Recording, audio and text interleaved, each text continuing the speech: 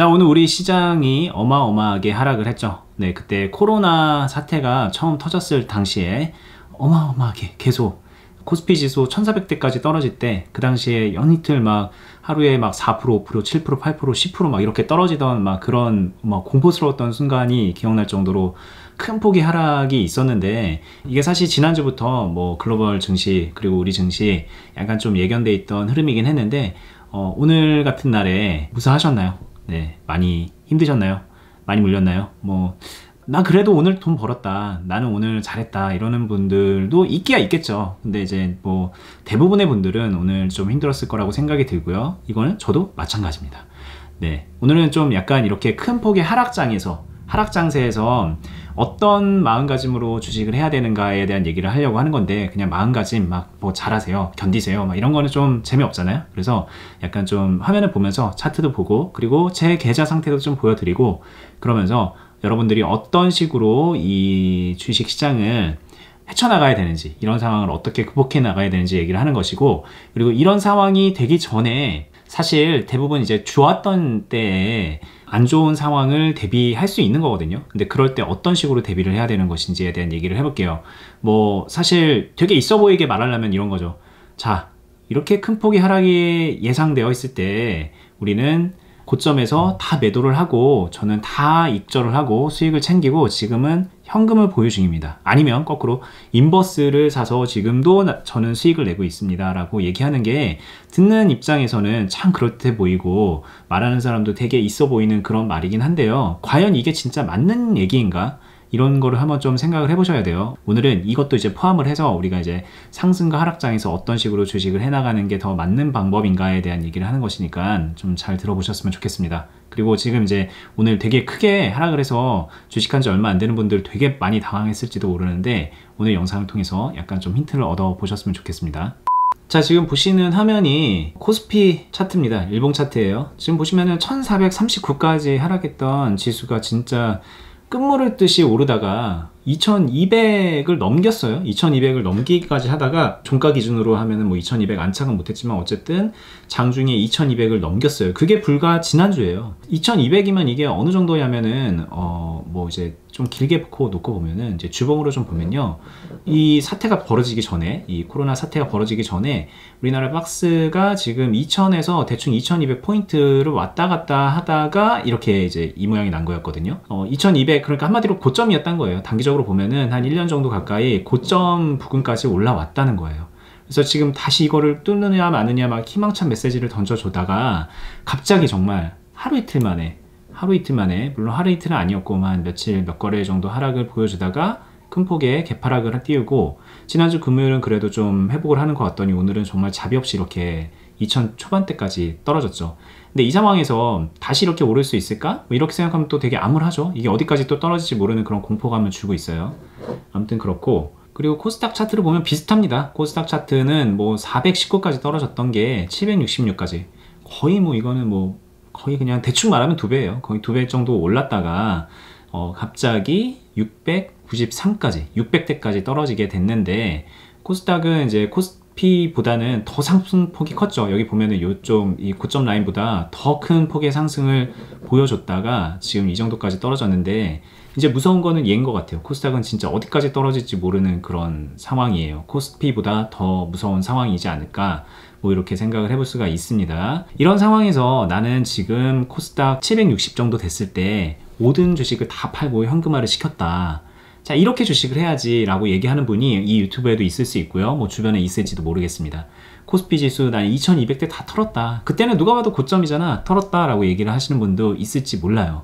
그래서 야, 우리가 주식을 잘 하려면은 어떻게 저점에서 사서 고점에서 팔지에 대한 거를 연구해야지. 그러니까 그분들의 말에 귀를 기울이고, 내가 다음에는, 지금은 비록 이렇게 물렸지만 다음에는 이런 상황이 됐을 때 여유 있게 다 익절하고서 다시 한번 좀 시장을 관망하다가, 또 그때 저점이 또 도래하면은 그때 들어가서 큰 수익을 노려야겠다라고 생각을 많이들 하실 겁니다. 그래서 이제 시황 분석이라던가 시장이 어떻게 흘러가는지에 대한 그런 관련된 유튜브 방송들, 이런 것들을 많이 보시는 걸로 알고 있는데요, 실제로 주식을 하다 보면은 이렇게 고점인 상태에서 모든 거를 털고 나온다?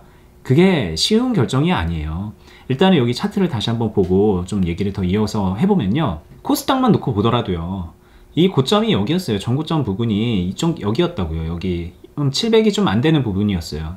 700 정도 됐을 때, 이 정도 됐을 때 다 털고 나왔어야 되는 거예요. 그 논리대로면은. 이때 다 나오고 지금 이게 5월 13일인데 한 달 정도는 주식을 하지 말았어야 돼요.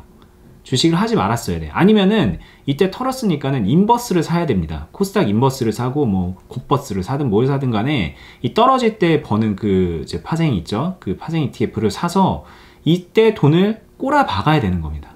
그런 논리대로면. 왜? 이게 고점이었잖아요. 근데 지금 예상과 다르게 하루하루 찔끔 오르고 막 크게 오르고 떨어지는 것 같더니 다시 오르고 떨어지는 것 같더니 다시 오르고 그러더니 이게 결국은 766포인트까지 갔는데 66포인트를 더 갔단 말이죠. 야, 그러면 지금이라도 팔아야지 라고 얘기하는 거는 말이 안 된다는 얘기죠. 근데 만약에 이때 팔았는데 더 갔었으면 어떡할 겁니까? 우리가 점쟁이가 아니잖아요. 제가 늘상 얘기하는 거는 우리 주식은 점쟁이 입장에서 신이 되려는 마음으로 주식을 하려면 그렇게 하면은 늘 시장에 당할 수밖에 없습니다. 네, 이게 지금 이렇게 쭉 올라간 것 같지만 이때도 엄청 흔들면서 올라갔거든요. 떨어지기도 하고 떨어지기도 하고 떨어지기도 하고 이때도 보면 여기서 떨어지기도 하고 이런 모습을 연출하면서 올라가는데 이때마다 의연하게 무조건 오를 거다. 이때가 고점이다. 이때가 저점이다 라는 거를 우리가 미리 예언하듯이 알아낼 수가 있냐는 거죠. 그럴 수가 없습니다. 이건 현실적으로. 그러면 어떻게 해야 되느냐? 결과적으로 우리는 이 주식시장에 계속 발을 담그고 있어야 되는 거예요. 물론 이제 제가 말한 거가 정답인 건 아닌 게 그렇게 하는 분들도 있죠. 저점일 것 같은데 사서 고점일 것 같은데 팔고 그리고 더 오르면은 그냥 떨어질 때까지 기다려야지 라고 생각을 할 수도 있어요. 그러니까 여기 화면으로 놓고 보면은 700점에서 팔고서 이때까지 계속 그냥 기다리고 한 달 동안 아무것도 안 할 수도 있는 것도 방법이죠. 네, 그것도 방법이에요. 그리고 떨어지고 결국은 지금 700선 이때 팔았던 지점까지 내려왔는데 지금부터도 더 떨어질 수 있어. 지금부터도 더 떨어질 거야 라는 생각에 앞으로도 더 기다릴 수 있고요. 그리고 더 떨어졌을 때 그게 뭐 여기가 됐든 이 지점이 됐든 아니면 뭐 이 지점이 됐든 어디가 됐든 자기가 생각했을 때 저점이라고 생각한 지점에서 들어가서 다시 오르는 거를 기다리는 것도 방법이 될 수 있는데 문제는 이런 식으로 주식을 하면 첫 번째로는 틀릴 가능성이 너무 높다는 거, 그리고 두 번째는 우리한테 주어지는 기회가 너무 적습니다. 너무 없어요. 그래서 기회가 너무 없다는 얘기는 뭐냐면은 그 얼마 안 되는 기회에 많은 것들을 베팅해야 돼요. 모든 것들을 베팅해야 돼요. 정말 뭐 아니면 도라는 식으로 베팅을 하지 않으면은 기회 자체가 몇 번이 없기 때문에 돈을 벌 수 있는 그런 순간이 되게 작아요. 그럼 그때 많은 것들을 베팅했는데 정말 아이러니하게 이때가 저점이겠거니, 왜냐면 이때가 역사의 저점이었으니까 이때 들어간 분들이 있었을 거 아니에요. 근데 이렇게 떨어졌단 말이에요. 이거 어떻게 하냐는 거죠. 이거 어떻게 하냐는 거죠. 이런 상황이 오지 말라는 법이 없어요. 이런 상황은 전에도 있었고 지금 이게 코로나 때문에 이게 어쩌다가 이런 게 온 게 아니라 앞으로도 되게 많이 있을 거고 과거에도 많이 있었던 일입니다. 뭐 이런 것만 봐도 알 수 있죠. 이때가 저점이겠거니 하고 들어가는데 더 떨어지고, 아 그래 다시 올라가네 다행이다 더 올라가겠지 싶었는데 더 떨어지고, 뭐 이런 일은 비일비재하게 있단 말이에요. 이걸 어떻게 아느냐, 단순하게 뭐 차트만 보고 지금 얘기를 하고 있지만 그 시장의 분위기만 놓고 봐도 그거를 쉽게 예단하기는 어려워요. 왜? 우리가 지금 코로나가 이렇게 되고 지금 여기까지 올라가는 동안에 실물 경제는 어땠나요? 아무도 주식시장이 이렇게까지 올라갈 거라고는 예측 못했어요. 정말 아무도 예측 못했습니다. 이거 미리 예측했다고 생각하는 사람이 있으면 그거는 그 사람이 또라이인 거예요. 근데 실제로 흐름은 이렇게 갔단 말이죠. 그리고 이쯤 돼서 주식시장이 이제 앞으로 더 많이 올라갈 것 같은 그런 희망이 가득 찰 때 시장은 언제 그렇게 좋았냐는 듯이 하루아침에 이렇게 내다 꽂아버리는 일까지도 나타나는데, 우리가 이거를 미리 예측해서 잘한다? 그러기가 어렵고, 그럼 어떻게 해야 되느냐? 주가의 흐름이 떨어지면 떨어지는 대로 좀 평단을 맞춰가고 오르면 오르는 대로 평단과 비중을 맞춰가면서 언제 어떤 상황이 되더라도 내가 큰 폭의 손실을 낼 수 있는 것들을 좀 피하고, 그리고 균형을 맞춰가면서 수익을 차곡차곡 쌓아가는 그런 시스템을 만들어 가야 된다는 거죠. 근데 이게 내가 이때 사서 이렇게 오르면은 큰 수익, 떨어지면 칼손절, 뭐 이런 식의 되게 단편적인 전략이라던가, 아니면은 나는 무조건 어떤 때만 사고 어떤 때는 판다, 이런 식의 그냥 되게 단순화된 전략을 가지고 가면은 제가 말한 이 포트의 균형을 맞춰가면서, 계좌의 균형을 맞춰가면서 밸런스 있는 매매를 해나가기는 어렵고, 이 밸런스 있는 매매가 안 된다 그러면은 소위 말하는 가치 투자라던가 뭐 스윙이라던가 뭐 이런 그 이제 책에서 볼 만한 그런 대단한 사람들이 하는 얘기들이 있잖아요. 투자의 대가들이 하는 그런 모든 투자가 어렵다는 거예요. 이게 뭐 예를 들어서 나는 이제 중소형주를 투자한다.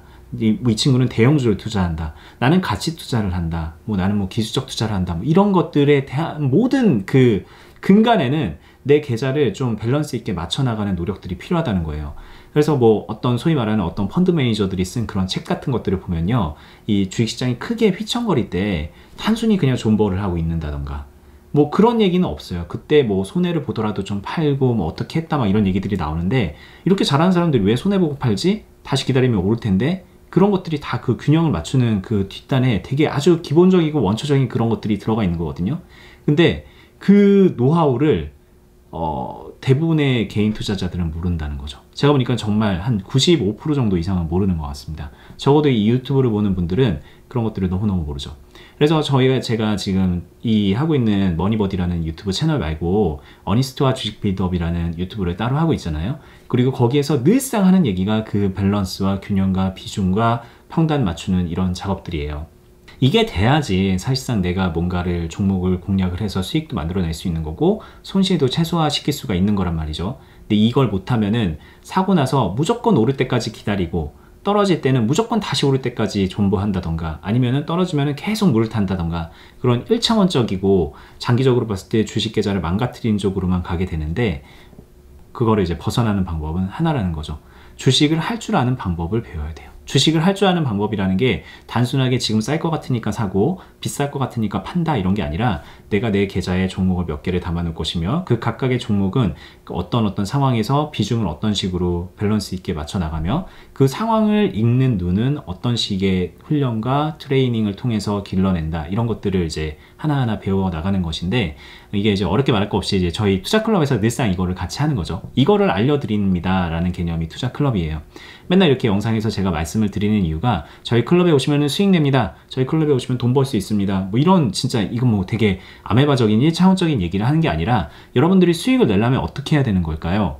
이런 것들을 알고 이런 것들을 경험하고 이런 것들을 훈련해야 됩니다 라는 얘기를 유튜브에서 계속 하는 거고, 정말 솔직히 아무리 말로 해도요, 이거를 각자 자기 경험이 다르니까 자기 경험대로 해석을 해서 저는 이걸 말하고 있는데 이걸로 이제 막 뒤에서 막 얘기를 하시더라고요. 이거라고, 이렇게 하는 거라고 얘기해봤자 이게 눈에 들어오지 않는 거예요. 왜? 경험이 아니니까, 자기 경험이 아니니까.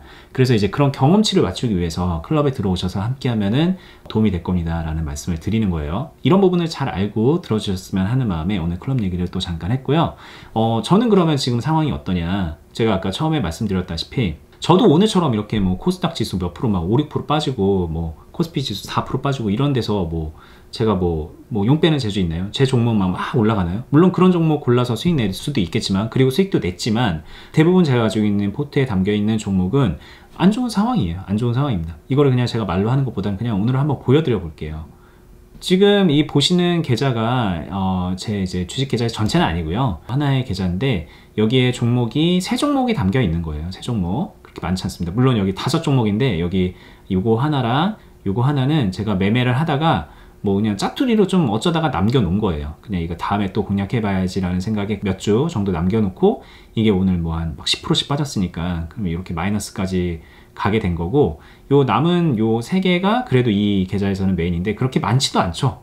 금액이 많지도 않아요. 지수도 요즘에 좀 많이 올라가 있는 상태였잖아요. 말했다시피 2200까지 올라갔고 코스닥 지수도 전고점을 훨씬 더 올라가 있는 상태고, 그런데 실물 경제는 안 좋고 언제든지 질병의 그 위협이 도사리고 있는 그런 상황이고, 그러다 보니까 저도 조금은 좀 보수적으로 현금 비중을 높여 있는 거고, 높여 놓은 상태고, 지금 여기 담겨 있는 총 매입 금액이 2700, 2800 정도 되는데 저는 이거에 몇 배 되는 게 지금 현금으로 지금 대비가 되어 있는 거예요. 그 현금으로 얼마든지 얘네를 관리해서 나올 수 있는 상황이고, 사실상 저는 현금 비중이 높기 때문에 지금 떨어지면 좋은 상황이죠. 이게 저만 그러냐? 저희 클럽에 있는 멤버분들도 그래요. 물론 현금이 뭐 종목보다 더 많냐 적냐 이런 거는 좀 상황이 다르니까는 뭐 이렇다 저렇다 말하기는 어렵더라도, 얼마든지 관리할 수 있는 상황으로 리스크를 맞이한다, 이게 이제 포인트라는 거죠. 근데 주식으로 큰 돈 벌어야지, 나 한 달에 막 10%, 20%, 100% 벌어야지 막 이렇게 생각하는 분들, 수익에만 혈안이 돼 있는 분들 같은 경우에는 이런 상황을 되게 어렵게 맞이하죠. 왜?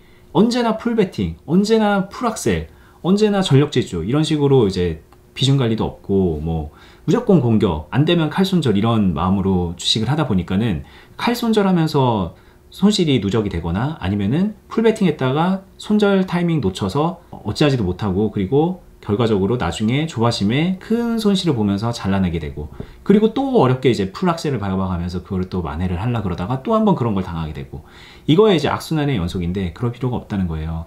아니 그럴 필요가 없다는 게 아니라 그러면 안 된다는 겁니다. 그건 주식을 제대로 하는 거라고 보기 어려워요. 너무나도 안타깝게 지금 이 유튜브에서 대부분 주식을 잘한다고 하는 분들이 그런 식으로 말을 해요.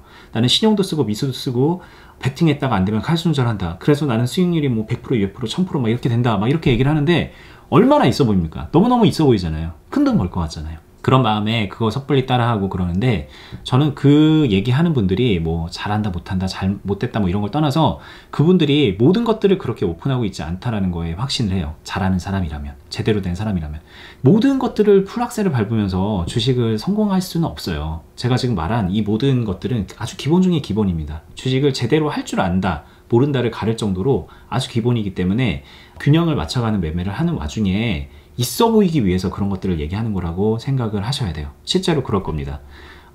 그래서 여러분들이 오늘 이제 이렇게 큰 하락이 맞았을 때 나는 지금 너무너무 힘들다. 어떻게 해야 될지 모르겠다라고 생각이 든다면은 내가 이렇게 하락이 되는 거를 미리 몰랐네. 아예 바보. 이럴 게 아니라 이런 하락이 오든 상승이 오든 간에 계속 언제나 풀악셀과 칼손절만 해왔던 그 매매 습관 자체가 잘못되어 있지는 않았을까라는 거를 먼저 조금 반성해보고 되짚어봤으면 하는 바람이 들어서 이렇게 말씀을 드리고요.